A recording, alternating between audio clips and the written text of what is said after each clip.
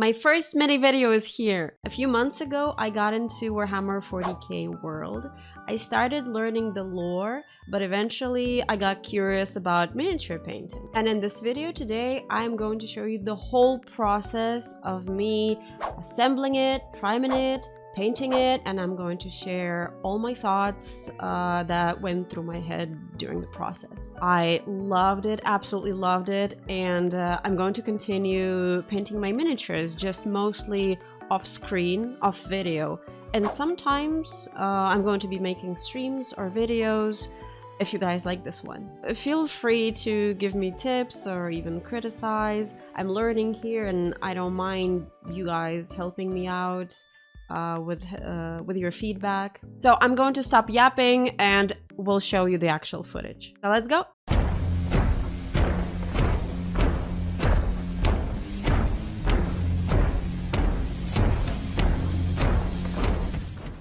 So here's the set of the first mini that I'm going to be building and painting in this video. This was my first 40K miniature set.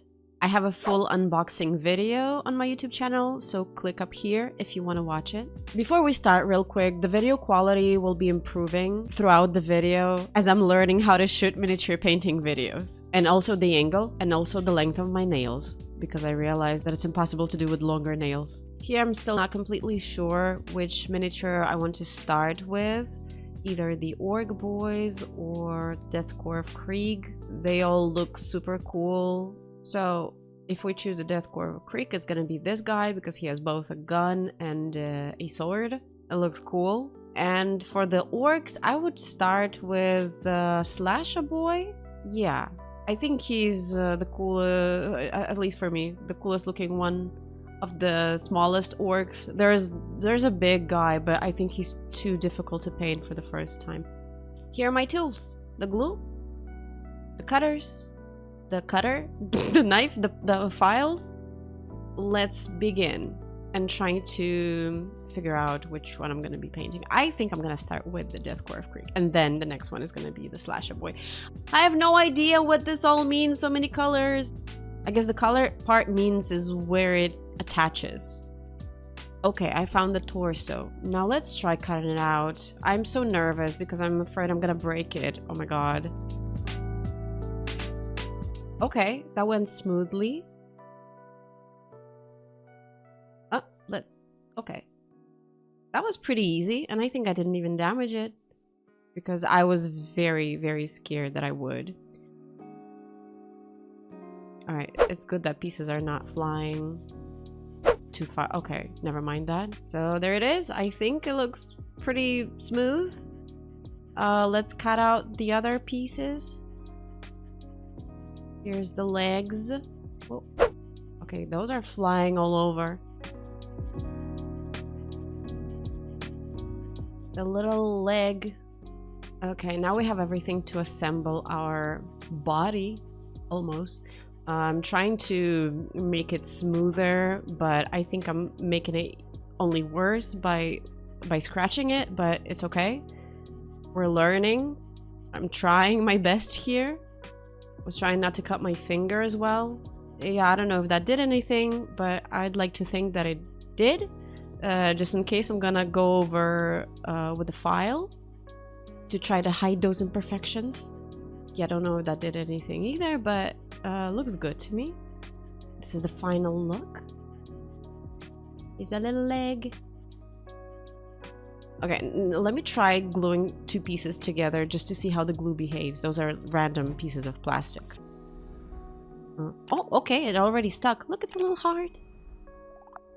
So cute. And now let's assemble the body. That was pretty easy. Like, the glue just sticks so well. This is the plastic glue. Now it's just the leg left.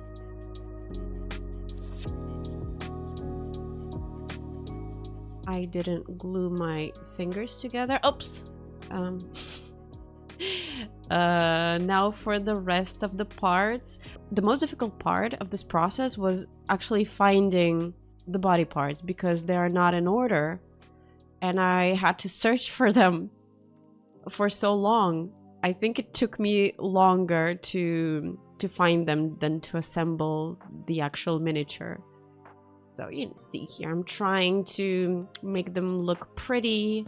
Oopsies, I think I went a little bit too hard on that one. Glue the head and the backpack. Make sure it sticks. I realized only after I assembled the miniature that it would have been much easier to paint it if it was separated. Like at least the arms and the backpack maybe. I just wanted to see how it looked all together. Alright, so now we're gonna choose what weapons he's going to be wielding. So I'm gonna go with the chainsword, of course. Whoa, where did it go? Oh, it's so pretty. I love the detail. Now that I'm thinking about it, maybe I should have picked a shovel. But it's too late now. The next one is gonna be with the shovel. I recently watched a lore video about the Death Corps of Krieg, and they're so cool. They're cooler than I thought they were. Back when I was building the miniature, I didn't even know a lot of facts about them yet, but now I do. And it makes me even more excited to build a squad. Looks victorious. And for the other hand, I chose a last pistol.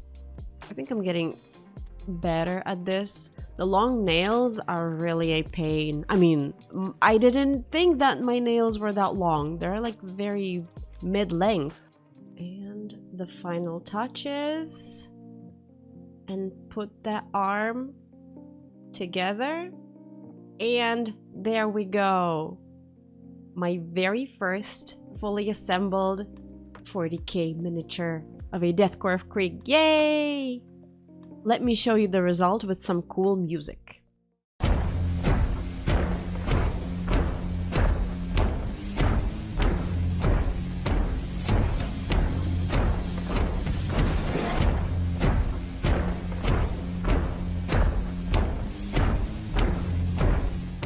Now it's priming time. Gotta shake it well for a few minutes.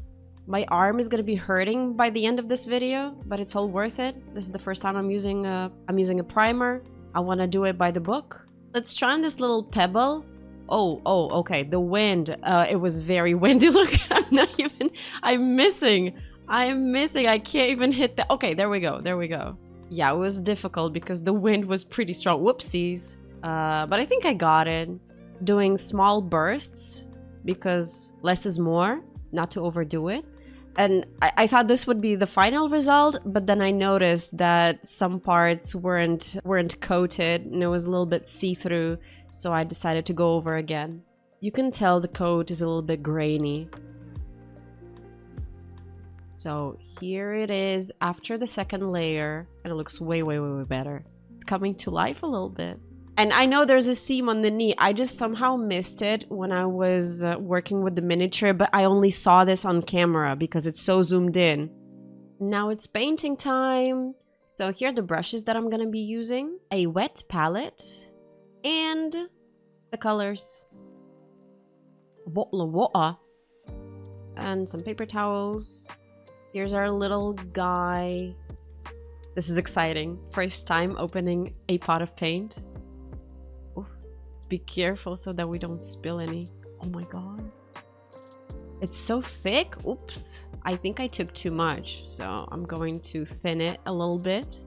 First on the palette. And then I'm going to add a little bit of water to thin it even more.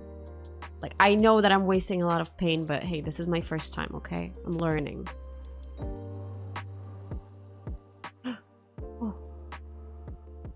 Okay. Damn, it looks good. I didn't know it would be so pigmented with the very first layer already. I'm liking how this looks. And it glides so easily.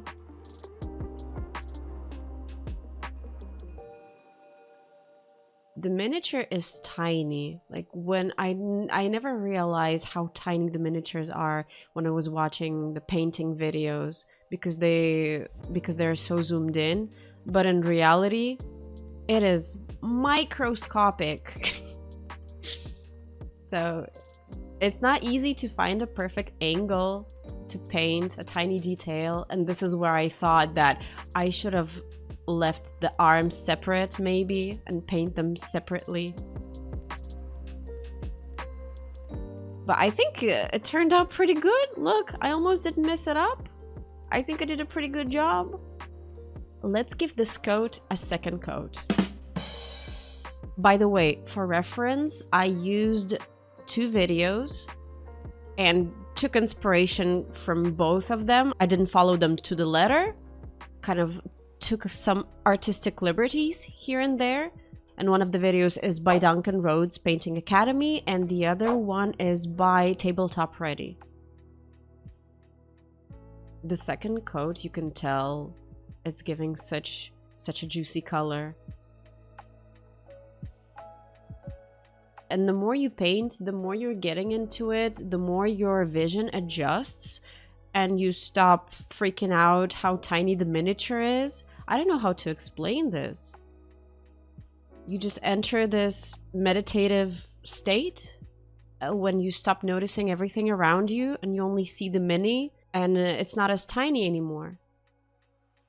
Okay, I think our little soldier here is happy with his coat.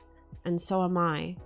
Next, we're going to start working on leather details. The belt, the backpack. Oops, okay. I'm taking a lot of paint. Let me know if I'm doing the thinning correctly, or would you add more water and thin it even more? So first, I went over the radio? I don't know what it is. The radio box. And the belt and the straps. That was a little bit tricky to get underneath his elbows. You can see I'm resting my pinky on his weapons for more stability. Let me know if you do the same when you're painting. Next, I'm going to paint his boots with this gray color. As you can see, I cut my nails. Did you notice from the beginning of the video that I have 0 nails now, and it was so much easier to work this way.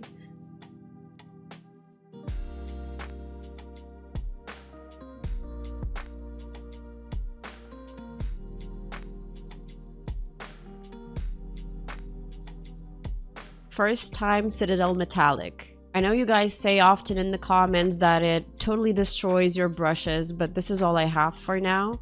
So I'm going to sacrifice one of the brushes to work with this color. It looks so pretty though. Let's see how it behaves. I did this on a plastic, not on the wet palette. It turned out beautiful. I really like how it looks. The metallics are so pretty. Maybe other paint brands are even better, but I even like this one. Look how shiny it is. The application is pretty smooth, no streaks, no nothing, and it dries not very quickly, so it gives you some time to work with it. Look how shiny it is. I love it. Then I remembered that I need to paint the backpack. Just so you know, I'm going to be going back to the same paints throughout the video because I get distracted and I forget that I still have some unpainted details.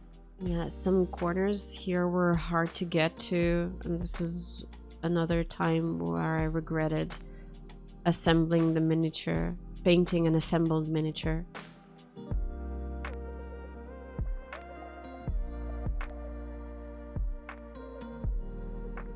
So here I have a bone color that I'm going to be using for the details on his backpack, which is a bedroll, I think. Again, I wasn't following any tutorials to the letter because I didn't have all the paints available, so I just improvised with the colors the whole time. Also, I'm using a different brush here for smaller details. And I don't know quite yet which brush is my favorite one to use. But the pointy one was a little bit tricky. Here's the result of what I just did with the backpack and the bedroll. And we're going to continue with the pauldrons. The pretty metallic. Grip my Vallejo brush. I'm just going to use it for the metallics. Here I'm painting the details of the gas mask. Very fine, very tiny details. The gloves. And like pretty much everything that I think is metallic.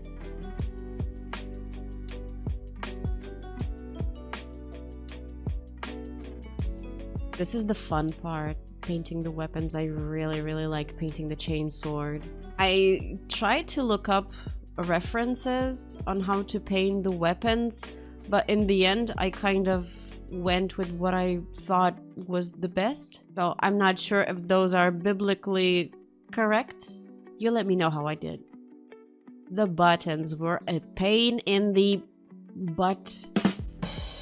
Because I was trying to paint the buttons with the point, with the edge of the brush. And I kept missing and I kept screwing up. Because I only realized later that it's better to use the side of the brush for that. Anyway, I'm painting this canister over here. I think it's a canister. Not sure what's its use. Maybe it's a bottle of water. Maybe it's a bomb or a grenade.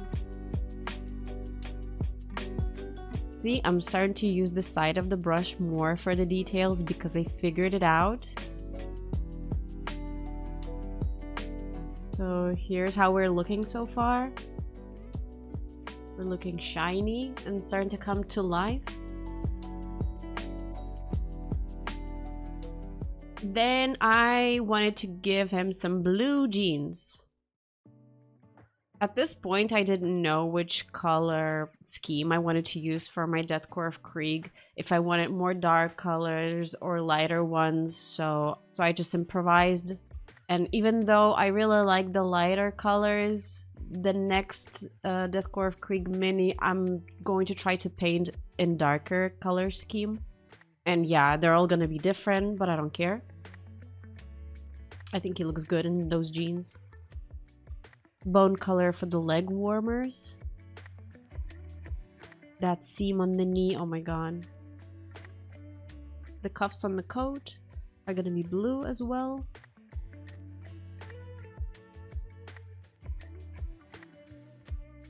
Painting the gas mask.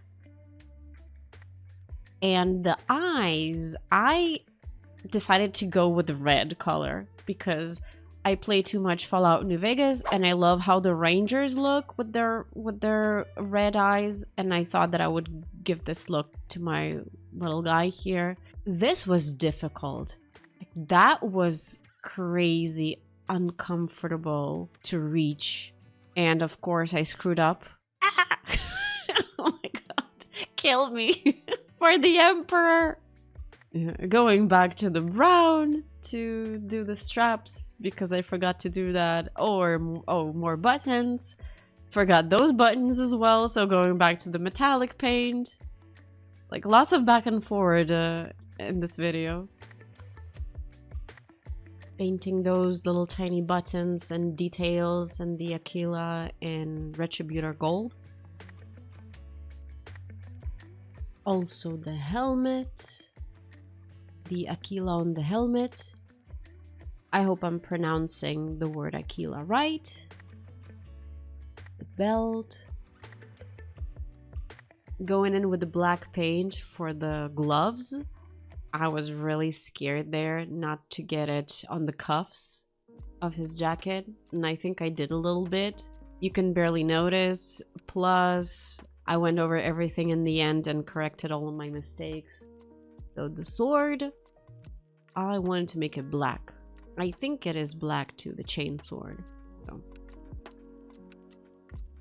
That was a little bit difficult to paint because I kept screwing up and painting over the details that I shouldn't, and then I fixed it all again. Looks really good, really coming to life now. Now for the metallic details.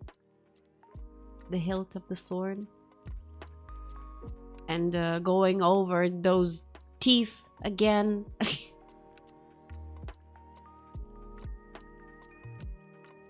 Now for the golden details, a little bit here and there, so that it's not just monochrome. And we have some third color in there. The Aquila, of course. The Pinky is helping me with my shaky hand. Thank you, Pinky. Thank you, weapons that stick out. Cute little skulls, too. I think the paint, the coat was so thick that it got into the eyes of the skulls. And they didn't look like skulls anymore. But you can barely tell.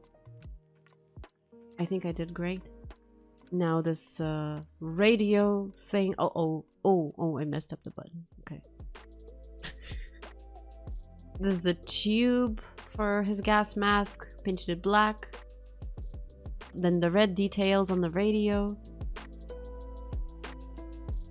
And finally, everyone is telling me how beautiful the model looks as soon as you add Nuln Oil to it. So let's see if the magic happens in my case. It looks shinier. Oh, and I can tell that it's giving shading. But you gotta be careful and not put too much or it gathers like it did down here.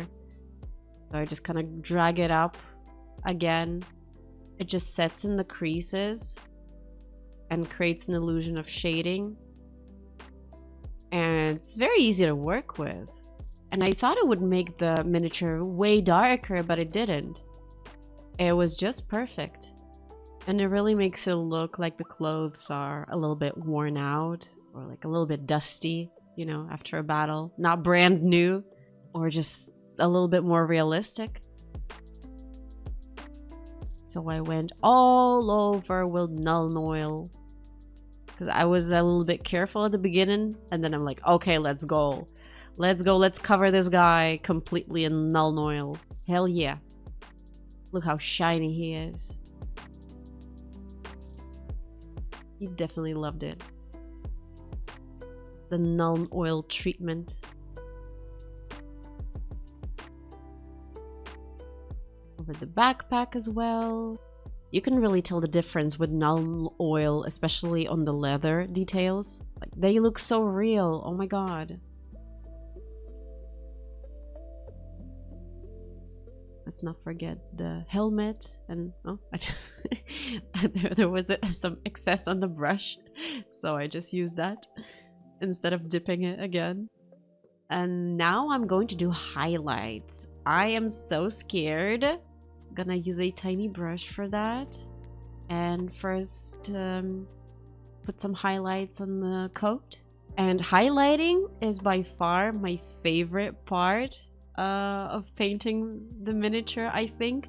And this is where my makeup skills came in handy, because you need to know where to put the highlights, right? It has to be the parts that stand out, that the light hits. So that's where you put the highlights on. And you're going to be very, very, very careful not to overdo it. It has to be a very thin line. But I enjoy this process so much, and you can really tell immediately how more realistic it looks with the highlights. And we haven't even done the shadows yet. I mean, the Nuln Oil did some shadows, but I wanted to make them more intense. See, every single part that stands out, I went over and highlighted. The edges too. On the pants, like all the creases, on the clothes as well, the knees, the cheekbones of the gas mask, which by the way I painted with the same bone color. I haven't painted faces yet, like actual human faces. They're so tiny, I have no idea. Like the base color, okay, but the highlighting of faces must be probably the most challenging thing to do in miniature painting. I need to practice painting faces because I like it so much. I think I'm gonna enjoy it. highlighting the radio here. Look how much of a difference it gives. Oh my god. Looks so much more real with the highlights. Like, this is magical. I was saying before the miniature is coming to life. No, it's coming to life only now, okay? Adding more metallic details to the weapons. So I took a lighter gray metallic and did highlights on top of the darker metallic, okay? Because we ain't playing here. We're doing everything properly. Going over those little chain teeth again, yes. And more highlights of the details on the gun. And we have only buttons left and we should be done. As you can see, I am not using a tip of the brush anymore. I'm using the side of the tip because this is much easier to do this way. By the way, there's a lot of off-camera mistakes fixing because I had plenty. I would go over the details that I screwed up multiple times everywhere. It was just trial and error. I decided to add some more Nuln Oil in the end to accentuate those shadows, and I think it looked great. Now I need to figure out how to apply those decals. These were so tiny, I didn't know how I was going to do it. So I bought this Green Stuff World decal softener. Even though the instructions say that you just do it with water, I thought, what the hell? I bought a product, so let's try it out. Should be way better than water. So I did. I put a tiny little drop and waited. Maybe I waited too long, but something clearly didn't go right there because when I tried to pick it up, that's what it turned into. So then I just used water instead and was hoping for a better result this time. See, with the water it came off effortlessly. Maybe the decal stuff was too strong and it made the plastic melt. So here you can see that it's actually easier than it looks.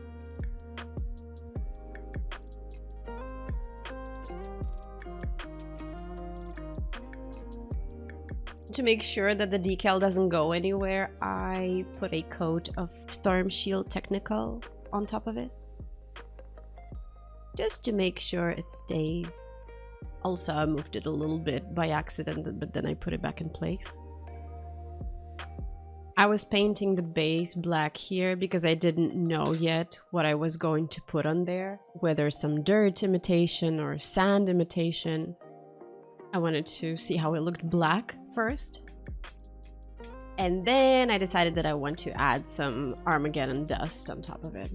First time working with this, that was pretty fun. I'm using my nail spatula thingy because I didn't have a proper tool for it, but it did the job right. Look, that looks like actual dirt. Or clay even. Looks very realistic. So yeah, got a little bit of that clay on the boots and all around. It's a very crunchy texture. And after many hours, I don't even know how many, here is the final result.